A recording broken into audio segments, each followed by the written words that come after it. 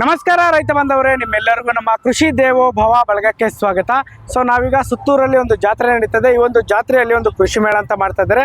ಈ ಒಂದು ಕೃಷಿ ಮೇಳದಲ್ಲಿ ಈ ವಿಡಿಯೋದಲ್ಲಿ ನಾನು ನಿಮಗೆ ಬಯೋಚಾರ್ ಬಗ್ಗೆ ಒಂದಷ್ಟು ಮಾಹಿತಿನ ತಿಳಿಸ್ಕೊಡ್ತೀನಿ. ಮೊದಲದಾಗಿ ಮೇಡಮ್ನ ಪರಿಚಯ ಮಾಡ್ಕೊಳ್ಳೋಣ, ಮತ್ತೆ ಸ್ವಾಗತ ಕೋರೋಣ.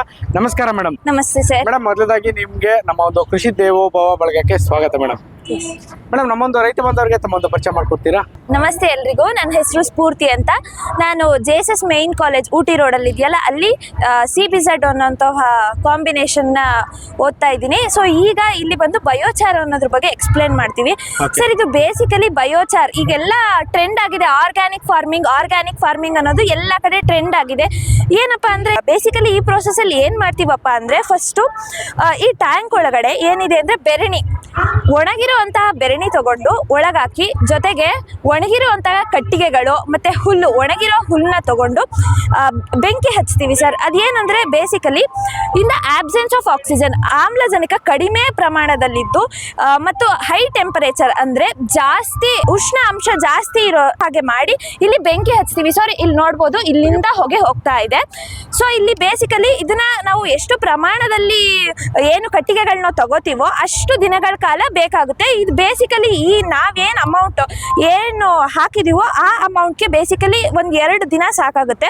ಸೊ ಇಲ್ಲಿ ಒಳಗಡೆ ಎಲ್ಲ ಉರ್ದು ಬೂದಿ ಆದಾಗ ಈ ಬೂದಿನ ತಗೊಂಡು ನಾವು ಮಣ್ಣಿನ ಮಿಶ್ರಣ ಮಾಡಿ ಗಿಡಗಳಿಗೆಲ್ಲ ಹಾಕ್ಬೋದು ಸರ್. ಇದೇನಂದ್ರೆ ನಾವು ಈಗ ಫರ್ಟಿಲೈಸರ್ಸ್ ಈಗ ಬಂದಿದೆಯಲ್ಲ ಟ್ರೆಂಡಿಂಗ್ ಅಲ್ಲಿ, ಇನ್ಆರ್ಗ್ಯಾನಿಕ್ ಫರ್ಟಿಲೈಸರ್ಸ್ NPK ಆಗಿರ್ಬೋದು, ಕೆಮಿಕಲೈಸ್ಡ್ ಫರ್ಟಿಲೈಸರ್ಸ್ ಹಾಕೋದ್ರಿಂದ ಮಣ್ಣಿನ ಫಲವತ್ತತೆ ಫಸ್ಟ್ ಟೈಮ್ ಈಲ್ಡ್ ಜಾಸ್ತಿ ಕೊಡ್ಬೋದು ಸರ್. ಬಟ್ ಹೋಗ್ತಾ ಹೋಗ್ತಾ ಹೋಗ್ತಾ ಹೋಗ್ತಾ ಹೋಗ್ತಾ ಏನಾಗುತ್ತೆ ಅಂದ್ರೆ ಮಣ್ಣಿನ ಫಲವತ್ತತೆ ಕಡಿಮೆ ಆಗ್ತಾ ಹೋಗುತ್ತೆ. ನಾವು ಮೊದಲು ಕೂಡ ಹಳ್ಳಿಗಳ ಕಡೆ ಈ ದೊಡ್ಡ ದೊಡ್ಡ ತಿಪ್ಪೆಗುಂಡಿ ಅಂತ ಮಾಡಿ ನಮ್ಮ ಮನೆಯಲ್ಲಿರುವಂಥ ಬೂದಿಗಳು, ಒಲೆ ಹಸಿದೀವಲ್ಲ ಸರ್, ಆ ಬೂದಿಗಳನ್ನೆಲ್ಲ ತಗೊಂಡೋಗಿ ಹಾಕಿ ಮೊದಲು ಕೂಡ ನಾವು ಇದೇ ಥರ ಮಾಡ್ತಿದ್ವಿ. ಬಟ್ ಈಗ ಏನಂದ್ರೆ ಟ್ರೆಡಿಷನಲ್ ಮೆಥಡ್ ಅಂದರೆ ನಾವು ಈ ರೀತಿ ಪ್ರಿಪೇರ್ ಮಾಡಿ, ಈ ಬಯೋಚಾರ್ನ ಪ್ರಿಪೇರ್ ಮಾಡಿ ಗಿಡಗಳಿಗೆ ಅಳವಡಿಸುವಂಥದ್ದು. ಸೊ ದಟ್ ಫರ್ಟಿಲಿಟಿ, ಭೂಮಿಯ ಫರ್ಟಿಲಿಟಿ ಈ ಇನ್ನೂ ಹೆಚ್ಚು ಕಾಲ ಅಂದರೆ ಒಂದು 10 ವರ್ಷ 20 ವರ್ಷದ ಕಾಲ ಅದೇ ರೀತಿ ಕಾನ್ಸ್ಟೆಂಟ್ ಆಗಿ ಫಲವತ್ತತೆ ಮೇಂಟೈನ್ ಆಗುತ್ತೆ ಸರ್. ಅಂದ್ರೆ ಈಗ ಇದ್ರಲ್ಲಿ ಏನ್ ನಮ್ದು ಬೂದಿ ಸಿಗುತ್ತಲ್ಲ, ಅದು ಡೈರೆಕ್ಟ್ ಹಾಕಂಗಿಲ್ಲ, ಮಣ್ಣಿನ ಜೊತೆ ಸರ್ ಡೈರೆಕ್ಟ್ ಹಾಕೋದ್ರಿಂದ ನಮಗೆ ಏನು ತೊಂದರೆ ಇಲ್ಲ.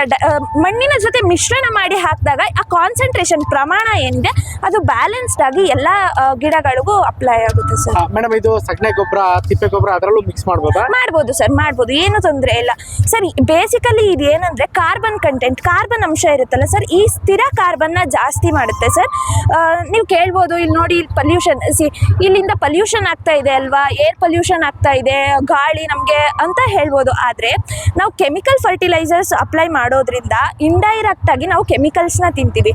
ಬಟ್ ಇದನ್ನ ಅಪ್ಲೈ ಮಾಡೋದ್ರಿಂದ ನಮಗೆ ಒಳ್ಳೆಯ ಫಲವತ್ತತೆ, ಭೂಮಿಯ ಫಲವತ್ತತೆ ಮತ್ತು ಗಿಡಗಳು ಸರ್, ಈಗ ಬಂದರು ಸರ್ ಎಕ್ಸಾಂಪಲ್ಸ್ ಇಲ್ಲಿ ಬರ್ತಾ ಇದ್ದಾರಲ್ಲ, ಅವ್ರು ಹೇಳ್ತಿದ್ರು ಇದನ್ನೆಲ್ಲ ನಾವು ಗಿಡಗಳಿಗೆ ಮಾಡಿ ನೋಡಿದ್ವಿ ಎಕ್ಸ್ಪೆರಿಮೆಂಟು. ನೀವು ಹೇಳಿದ್ರಲ್ಲ, ಎಕ್ಸ್ಪ್ಲೇನ್ ಮಾಡಿದ್ರಲ್ಲ, ಆಮೇಲೆ ನಾವು ಮಾಡಿ ನೋಡಿದ್ವಿ. ಬಾಳೆ ತೋಟ ಅನಿಸುತ್ತೆ ಸರ್ ಅವ್ರದ್ದು, ಅರ್ಧ ಬಾಳೆ ತೋಟ ಏನು ಹಾಕಿದಾರಲ್ಲ ಅದು ಚೆನ್ನಾಗಿ ಬಂದಿದೆ.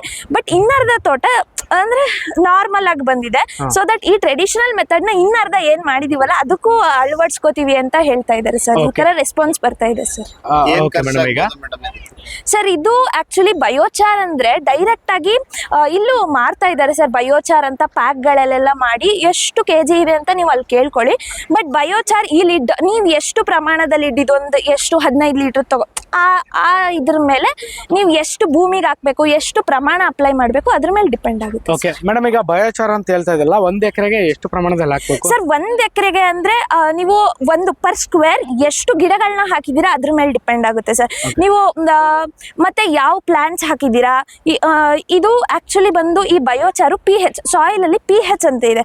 ಅಂದ್ರೆ PH ಅಂತ ಅಂದರೆ ಪೊಟೆನ್ಸ್ ಹೈಡ್ರೋಜನ್ ಅಂತ.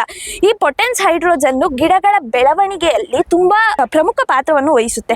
ಸೊ ಈ ಬಯೋಚಾರ್ ಅಪ್ಲೈ ಮಾಡೋದ್ರಿಂದ ಆ ಗಿಡಗಳ PH ಏನಾಗುತ್ತೆ ಕಂಟ್ರೋಲ್ ಆಗೋದ್ರಿಂದ ನೀವು ಎಷ್ಟು ಪರ್ ಸ್ಕ್ವೇರ್ಗೆ ಎಷ್ಟು ಗಿಡ ಹಾಕಿದ್ದೀರಾ ಅದ್ರ ಮೇಲೆ ಇದು ಡಿಪೆಂಡ್ ಆಗುತ್ತೆ ಸರ್. ಒಂದು ಪರ್ ಸ್ಕ್ವೇರ್ಗೆ ಒಂದು 50 ಗ್ರಾಮಿಂದ 50ರಿಂದ 60 ಗ್ರಾಮ್ ಹಾಕ್ಬೋದು.